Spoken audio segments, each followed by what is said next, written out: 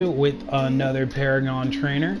This one gonna be my favorite character, my main, the number one, the one and only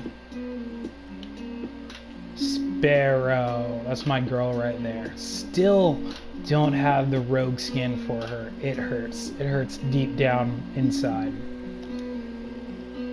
So let's go ahead, take a look at, no, I want my feline there. There we go. So let's go ahead and look at our Terra abilities.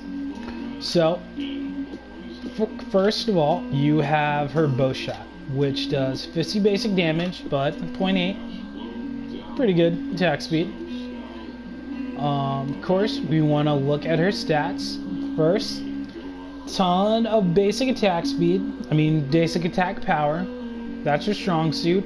That's why we build this one build for her specifically. Ability damage, not there. Due to durability, she's squishy. Mobility 1, she has no escapes. None. But you really don't need it. You'll see why in a second. Also, stay behind your support when you're playing her. Just do that unless you're guaranteed kills.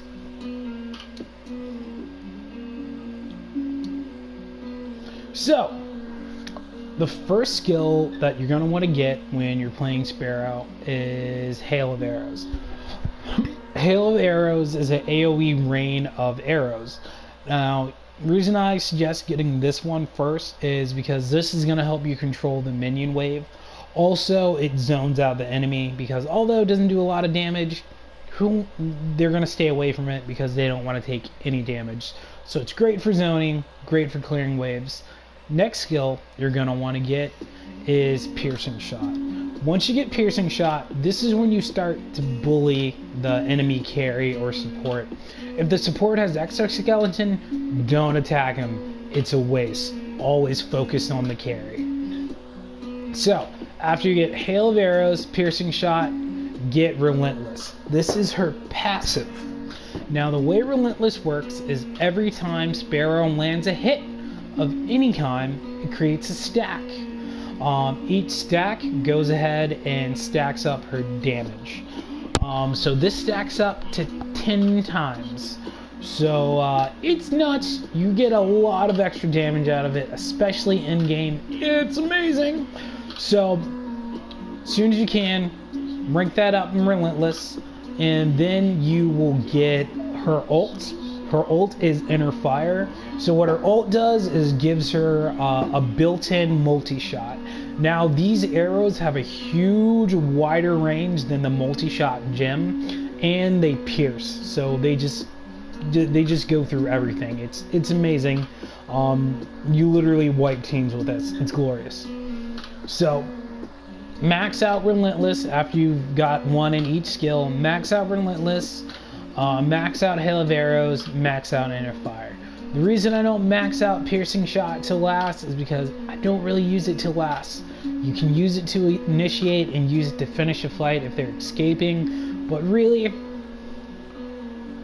she's all about the R2, bro. She's all about the R2. So let's go ahead and look at a deck for Sparrow and what that would look like. So, deck for Sparrow is going to be Order and Chaos. You can do Order and Growth, which works, but Order and Chaos is really the best way you want to go with it. So, starting off, I'm all about the sustain, especially because Sparrow has no escapes and she's squishy. First thing I get, Armored Footman. After I move from Armored Footman, well, it's a toss-up. You know, I like Living Guardian. We got Living Guardian. Living Guardian, first card you get. Next card, Demolitionist. After Demolitionist, move to Poised. So after Living Guardian, you're going all the way up the agility tree. You're not coming back the vitality tree till later, but we get there. So boom, Demolitionist, Poised Aggressor, Sand Speeder. You want attack speed because it works for her passive.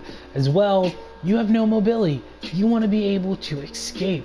Sand Speeder's where it's at. So, move from Sand Speeder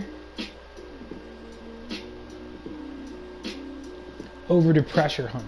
The reason I have Pressure Hunter and it's a level 7 card is because sometimes that gap to get from 7 agility to 8 agility is difficult.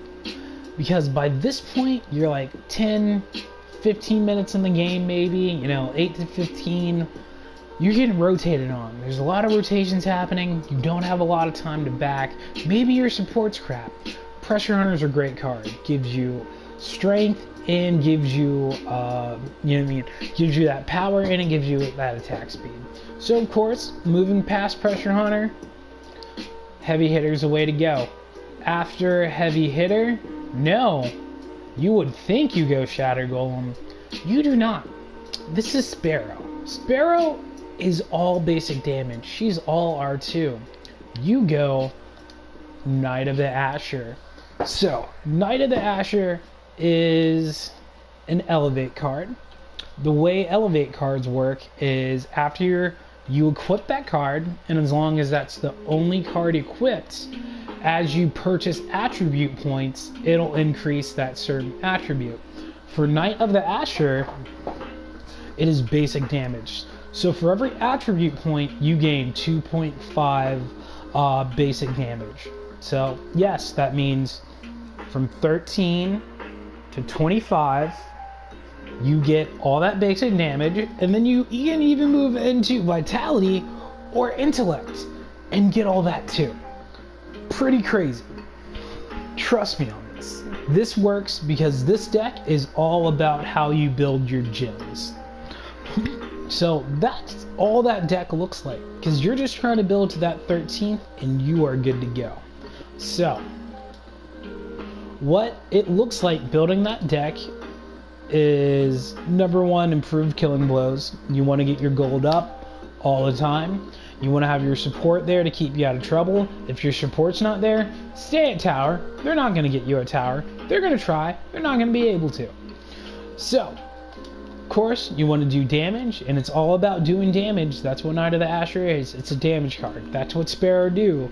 Sparrow does is do damage. Ruthless. So, after Ruthless, I know this is gonna hurt a lot of you people that are new to the game, a lot of people that think they're bad at shooting. You're not. By the time you hit 13th agility, your attack speed is so good, you don't need multi-shot. Trust me. You go lifesteal with attack speed. Damage, damage, damage, damage, damage. Next, you go piercing basic. And for Sparrow, because you hit so fast and so hard, especially when you do her ult, I go ahead and use the health regen. Health regen, just because stacked on top of the lifesteal, I'm sitting pretty all the time. And the last one you want to do is Bounty Stalker. Why Bounty Stalker? Because it works with her passive. Gain attack speed and basic damage for each hit, stacked on top of her passives, which gives her 10 times the damage up to 10 stacks when she shoots. Come on, guys. Come on. Work with the passive. And the last gem, just like the Wukong build, Executioner's Rush. Now, of course, you want to build all your agility up before you can get here. More than likely, the game's going to end by the time you get to your 6th gem in Vitality, just because you can wipe that whole team. If they don't kill you first, you can kill all of them. It's amazing. And, of course, this deck, named after a little joke that my friend Bert made to me, is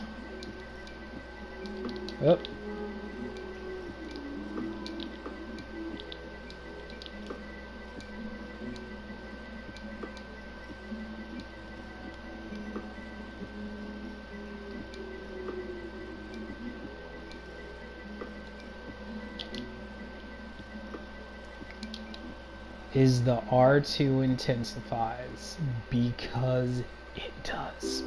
Alright guys, this has been another Odenfall video with WycheGaming. Thanks for watching. Please subscribe, follow me. Follow me on Twitter. Follow me on PSN. Join the Paragon group. Go ahead and leave comments, suggestions. You know, what type of deck you like to play with, what your type of build is. We'll check it out. Alright guys, thanks for watching. Catch you guys later. Bye!